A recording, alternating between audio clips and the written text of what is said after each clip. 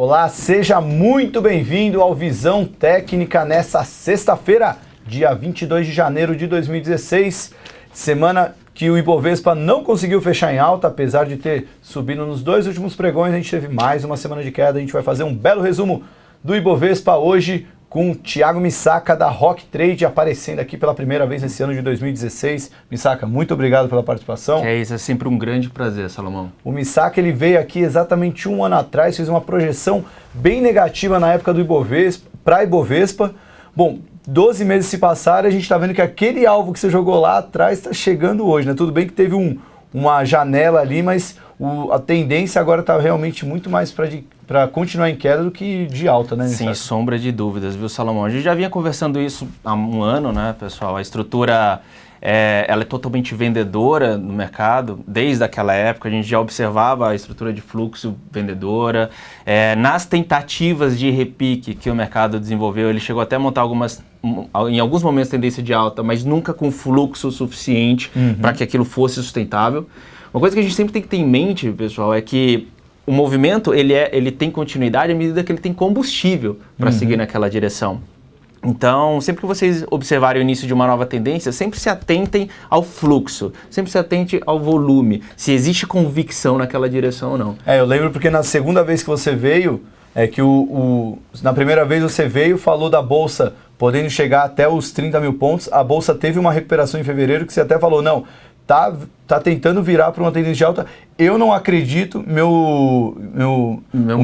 o seu modelo estava mostrando que estava firmando para uma tendência de alta, mas não tinha fluxo. Mas não tinha, exatamente, ainda frisei, eu acho que a gente passou uns 5 minutos só falando de fluxo, porque aquilo era o que não me dava credibilidade. Meu modelo, ele falava, olha, isso aqui reverteu a tendência, é um fato, a gente tem resistência 56 mil pontos na época, 58 mil, são pontos capazes de reverter a tendência, mas não tem fluxo, né? Então isso aqui a gente tem que ficar com o pé atrás.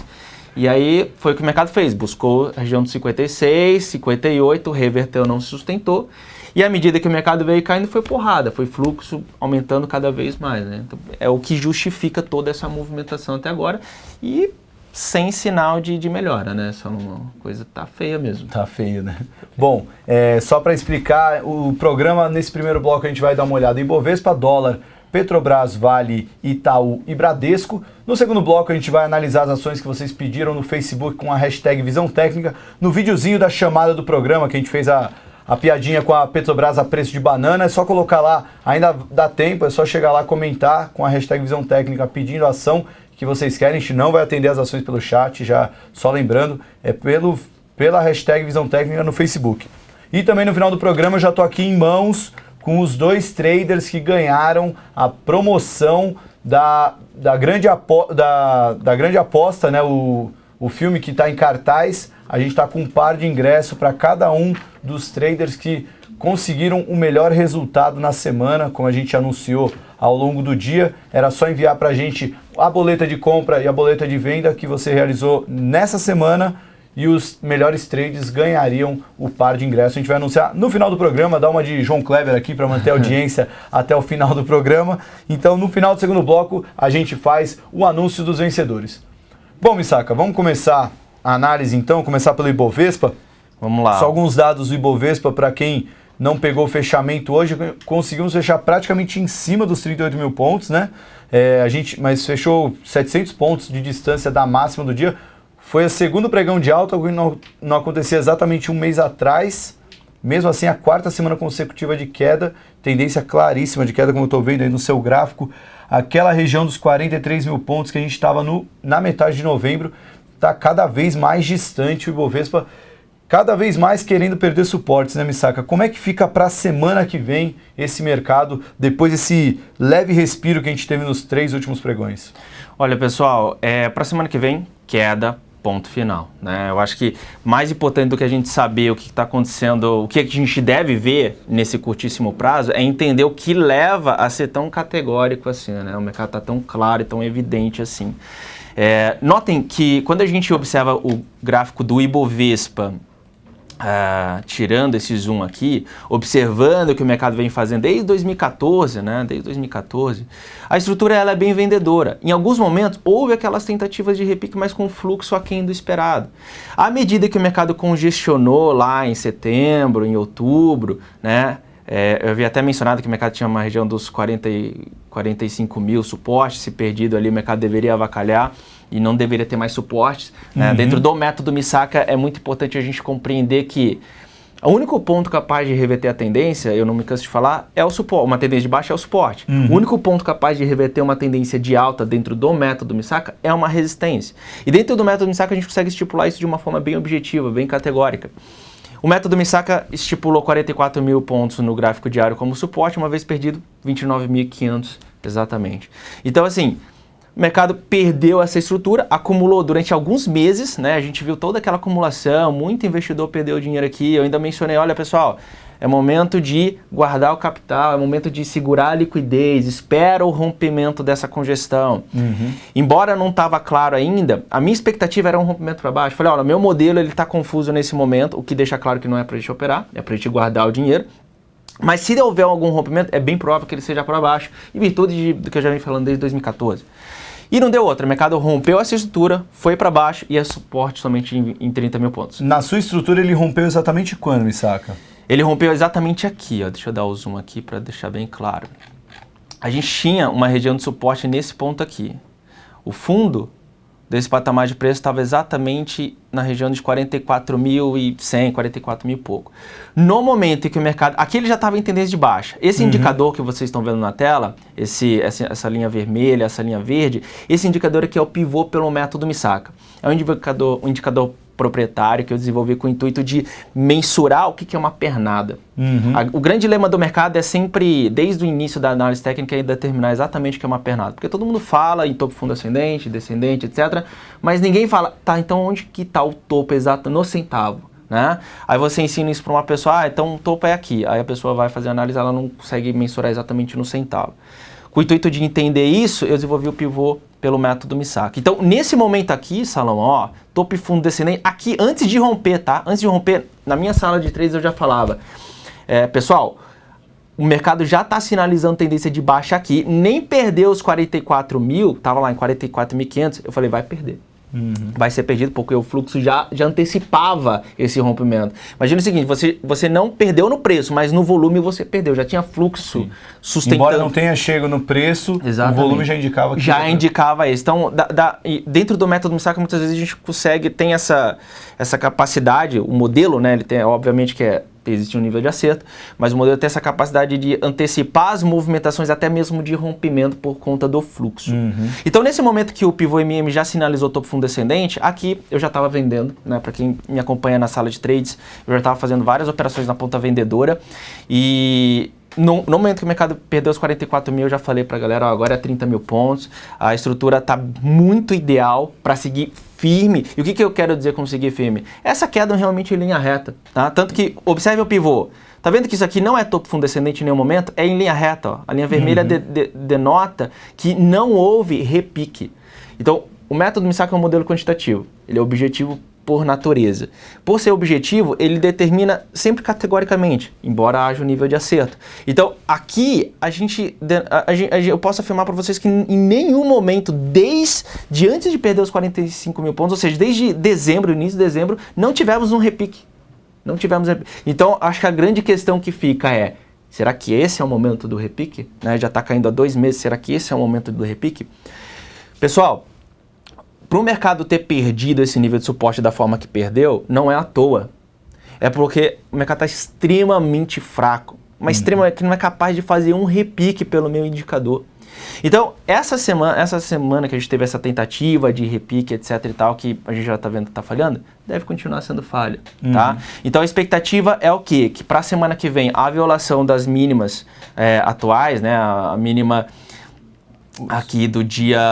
de quarta-feira, né? De quarta-feira, a perda da mínima de quarta-feira já deve sinalizar nova pressão vendedora com continuidade dessa movimentação.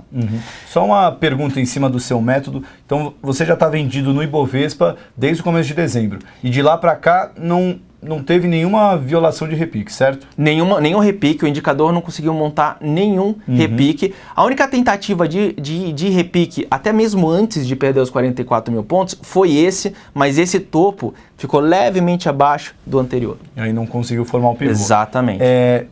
Então, para quem está vendido desde lá de cima, é um ótimo momento para continuar vendido, já que essa sinalização é totalmente de queda. Mas para quem ainda não entrou no movimento, vamos imaginar que o cara que está assistindo o programa agora, nesse momento, está pensando em entrar na bolsa vendido. Não traz aquela... Como é que ele vence essa relação risco-retorno de olhar para trás e ver o quanto que caiu sem ter nenhum repique e acabar entrando agora com medo de pagar a conta da festa? Sensacional essa pergunta. Eu acho que talvez todos que estejam nos vendo aqui tenham essa pergunta.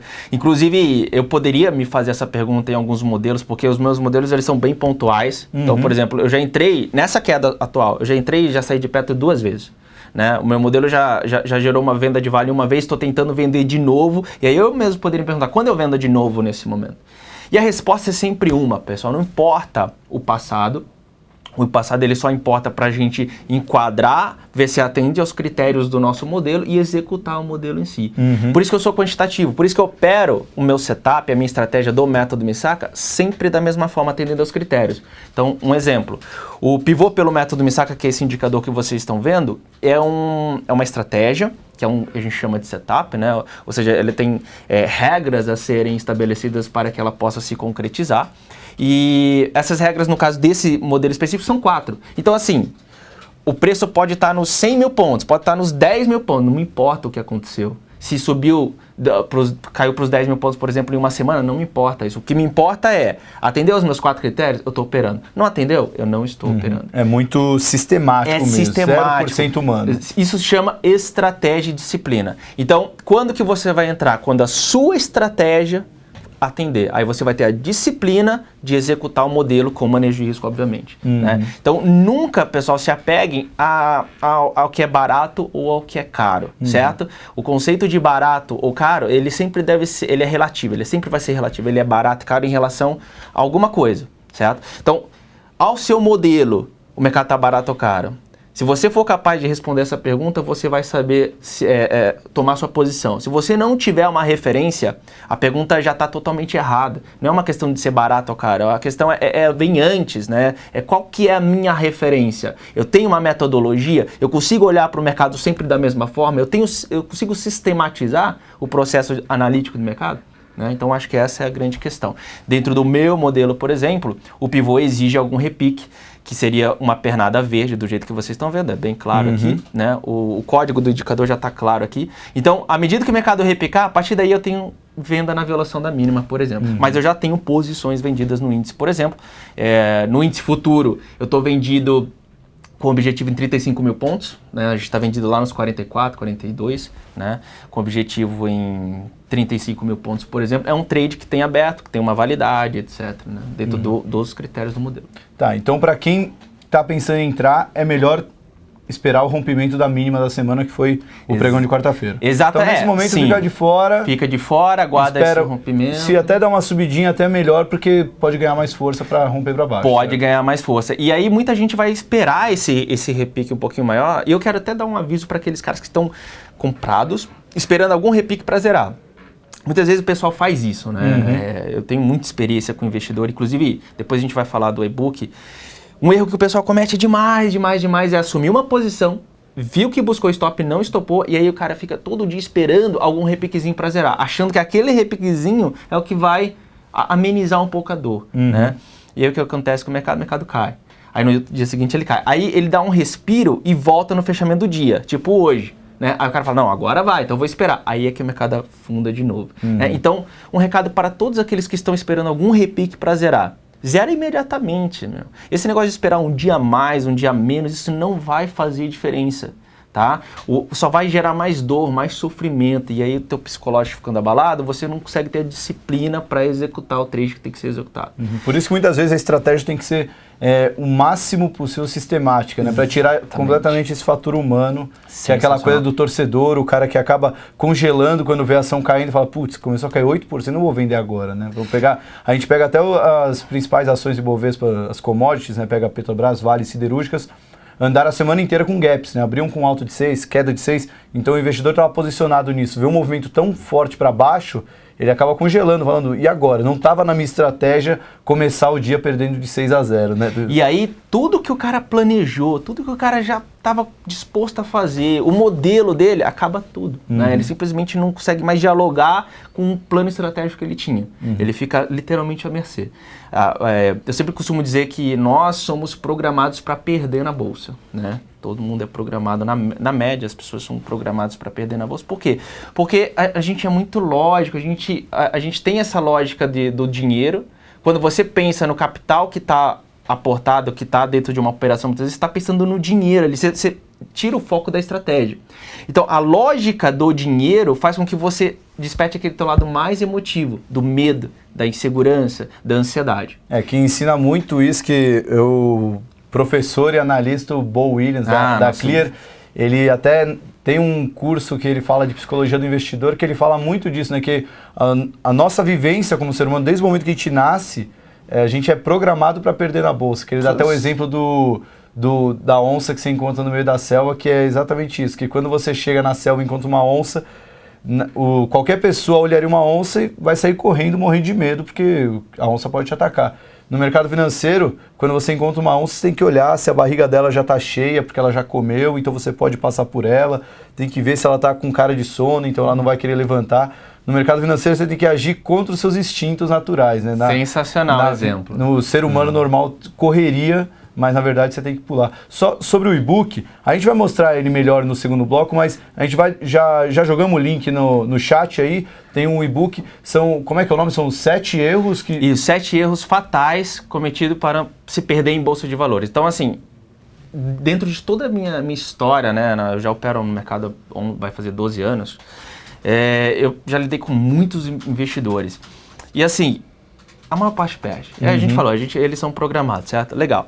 Dado que eles são programados, qual é o erro que sempre acontece? Sabe aquela coisa que o cara sempre faz e você sabe que vai dar errado? E dá errado, obviamente. Né? Então, eu separei os 7 erros que todo investidor, a maior parte pelo menos, comete para não ser bem sucedido na bolsa. Eu tenho certeza que muitos de vocês, inclusive, que estão nos assistindo, devem cometer pelo menos 3 ou 4 desses erros. Do manual que eu mais gostei foi o segundo erro, que realmente... é o que todo mundo acaba tropeçando. Vale bem a pena. A gente jogou o link. Para quem não está assistindo ao vivo, está assistindo a gravação, vai estar dentro da matéria o link para baixar. É só clicar, colocar o e-mail e já recebe na hora o e-book.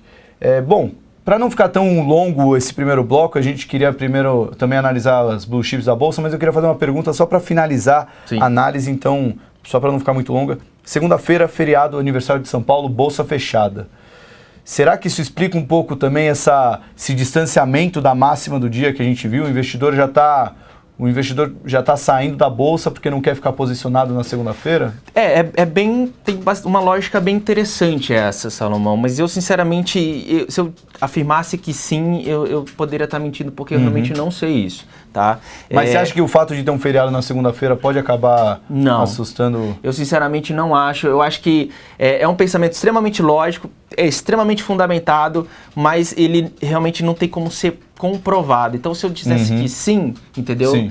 Eu não posso dizer que não também, mas se eu tivesse que arriscar, eu diria que não. Eu diria que o mercado ele já é soberano. Isso é muito importante ser dito, pessoal. Na crise de 2008, a gente foi para os 30 mil pontos com uma volatilidade bizarra. Volatilidade é a capacidade do mercado se movimentar de uma forma mais bruta, né? De uma forma mais... um dia sobe 10, outro dia cai 2, outro dia cai 15, circuit break, no outro dia sobe 6. Isso é volatilidade. A diferença em que o mercado, diferença elevada é que o mercado se movimenta de um dia para o outro. Lá, a volatilidade era muito elevada. Por conta do quê? Por conta da crise, que foi meio surpresa, etc e tal. Quando você olha essa queda, perdeu 44 mil, a gente já sabe que vai para os 30. A gente já observou a volatilidade, ela está elevada, ok, mas não está bizarra como foi no ano passado. E isso nos traduz algo muito lindo, bonito, algo assim que é sensacional, que é o quê? A capacidade de ganhar dinheiro. Quem não tiver ganhando dinheiro agora não vai ganhar dinheiro em lugar nenhum. Porque o mercado está caindo sem suportes. O mercado tá direcional em tendência, com uma volatilidade razoável. Não é aquela volatilidade bizarra, é uma volatilidade muito elevada que assusta o trader. Essa é uma volatilidade que o mercado vai consistente. Por quê? Porque lá foi surpresa a crise. Aqui é uma acomodação dos preços. Então o mercado está vendo a realidade. E qual que é a realidade do Brasil? É essa. Então a gente vai se acomodando. Vai se acomodando. Por isso que segunda-feira, ser feriado ou não tem tanta relevância. Entendeu? O mercado está se acomodando para a nossa realidade. A nossa realidade é queda. É legal fazer essa pergunta, porque a gente geralmente fala ao longo do dia com um gestor, um analista fundamentalista, cara mais de longo prazo, e eles geralmente respondem exatamente o contrário. E sempre que tenho visão técnica antes de feriado, eu pergunto e nenhum analista técnico fala que isso assusta o investidor, porque realmente é muito mais subjetivo do que objetivo a resposta, né? Sem sombra de dúvidas. Bom, vamos continuar a análise então, para já fechar o primeiro bloco. Vamos partir para as blue chips. Vamos pegar a Petrobras. Pode ser a ordem que você quiser, Misaka. Tá, vamos para Petra. Sensacional. Petra é aquela história, pessoal. O mercado tá com um gapzão aqui. Ó, o mercado ele vem bem pressionado já há algum tempo. Não é muita novidade pra gente que a Petra tinha suporte em 5,47. Eu tô falando isso desde que ela veio a perder os 8,30, né? Aqui a gente tinha um suporte em 8,30, que uma vez perdido, ó, notem o meu gráfico, pessoal, prestem bem atenção no meu indicador que ele já vai ficar toda a análise já vai ficar bem clara.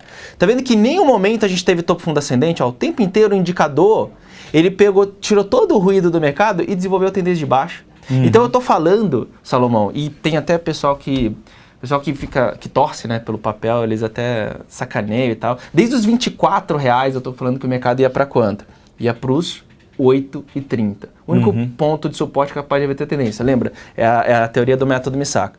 Mercado atingiu 8,30, eu falei, olha, agora é 5,47. Perdeu esse 47, é o que todo mundo quer saber para onde vai. 3,08. Próximo suporte de Petra 3,08. A expectativa é a manutenção dessa movimentação baixista. No curto prazo, o mercado parece estar esticado em relação à média móvel de 20, mas não está. É igual a Ibovespa, ele parece estar esticado. Falar assim, caiu demais. Não caiu, tá? Simplesmente, se perder as mínimas do curto prazo igual a Ibovespa, o mercado deve acelerar nessa direção. Então, a maior parte dos papéis vocês vão ver que vão estar dessa forma. Vamos dar uma olhadinha na Vale, por exemplo. Vale é outro papel que segue extremamente pesado. Então, se vocês observarem o meu indicador, a tendência é de baixa já há algum tempo. Todos esses pivôs, lembrando que o pivô MM é um setup, ele é um indicador e, por meio dele, eu desenvolvo meus setups de compra e venda. Cada vez que se perde um fundo, eu estou vendendo. Cada vez que se perde um fundo, eu estou vendendo. Tá? Então, a Vale, ela já vem há algum tempo de lado. Notem que a volatilidade está muito elevada por meio das aberturas de bandas, tá vendo? Isso denota uma volatilidade demasiadamente elevada. O que a gente pode esperar do papel no curto prazo? Manutenção dessa lateralização com o intuito de perder volatilidade. Uma vez que essas bandas vierem a fechar, um rompimento para baixo se tornaria ideal. Foi o que aconteceu, por exemplo, nesse caso. Notem, aqui as bandas estavam muito elevadas, o mercado tentou repicar, se vocês observarem, foi um repique com visualmente lateral, né? Isso fez com que a volatilidade diminuísse. O rompimento para baixo poderia ser um momento ideal de ver, tanto que eu fiz uma venda pelo método Misaka modelo de explosão ali. Nesse caso, você está esperando essa perda de volatilidade para que antecipa uma explosão da ação. Exatamente, para disparar novas vendas. Que é aquela pergunta, pô, eu não fiz venda ainda, eu tô fora. O que eu vou fazer? Espero o teu modelo se enquadrar. Quando que o meu modelo se enquadra? Na hora que a volatilidade diminuir, o mercado romper para baixo dentro dos critérios técnicos quantitativos do método Misaka. Vale está com mais cara de venda que Petrobras, então? Ou Petrobras está... Petrobras está com mais cara de venda, porque essa capacidade da Vale de tentar se sustentar, mesmo que seja com o intuito de perder volatilidade, demonstra um pouquinho de força. Né? Petrobras nem isso, igual a Ibovespa, nem isso não faz. Hoje teve até um movimento... engraçado porque o petróleo está fechando com uma alta, pelo menos até quando a gente saiu para fazer o programa, estava subindo 8%, a Petrobras já estava subindo 0,5%. A gente até estranhou esse descolamento, porque desde que começou o ano o petróleo despencando, a Petrobras caindo junto, todo mundo associando uma coisa com a outra, e hoje a gente viu um descolamento bem forte das duas. Já pode até estar mostrando um enfraquecimento do lado comprador, né? Mesmo com um fundamento favorável, pelo menos nessa sexta-feira. Mas eu posso dizer para vocês, eu tenho uma máxima assim, pessoal, que quando o pessoal ouve a priori e tal, né, sem muita experiência, sem me ouvir falar muito, o pessoal fica meio até chocado, né?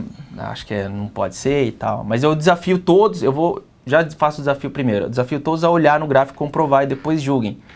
Mas um papel que sai dos 10 e busca os R$5, eu paro de operar. Chegou no 5, eu paro de operar por conta dos custos de slippage, que é aquele custo de agressão do book.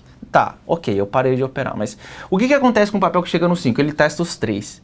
Testou os 3, perdeu os 3, ele normalmente vai para o 0. Ele normalmente vai para o 0. O suporte da Petro é 308. Ela vai para o 3. A questão é, vai perder o 3? Perdeu os 3, Petrobras vai para o 0.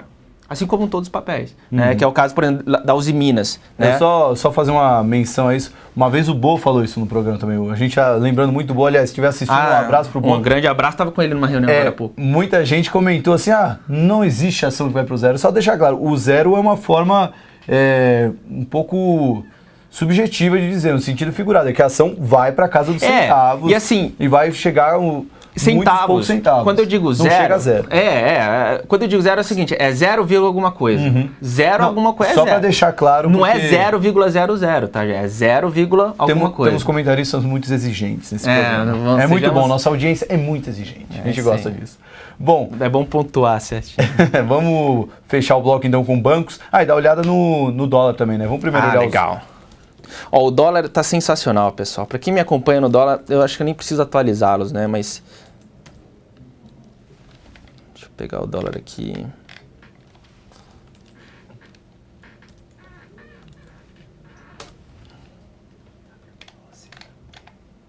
Se quiser olhar primeiro os... Aí já foi? Aí o Cifrão D. Recebendo a cola aqui do grande Falcão. Um abraço pro Falcão aqui acompanhando o programa direto do estúdio. O programa ao vivo é assim, galera. Tem que dar esse tempinho mesmo. Na edição também não vai sair isso, então a gente leva desse jeito mesmo, não tem problema. Vamos lá, então aqui é o seguinte, pessoal, o dólar ele vem bem claro, né? Ele vem numa tendência de alta já há algum tempo. Olhando pro curto prazo, tá? A gente teve até alguma correção, mas dentro de uma tendência de alta extremamente saudável, com um fluxo extremamente saudável. Ele vai buscar resistência imediata. Então, quando a gente olha para a estrutura de resistência, a gente vai ver que é essa região de topo imediata, tá? Tá lá na região dos 4.350 e tal. Mas o que é mais importante a gente entender é que isso daqui é um movimento que parece que já está nas suas máximas e que vai reverter e etc e tal. Mas não vai, tá? Se a gente recapitular a análise no gráfico semanal já de algum tempo, né? Desde do início de 2015 eu estou falando isso, da última vez que eu vim, até da primeira vez que eu vim, inclusive. O dólar, ele reverteu essa movimentação de queda aqui, estava na região de 2,60.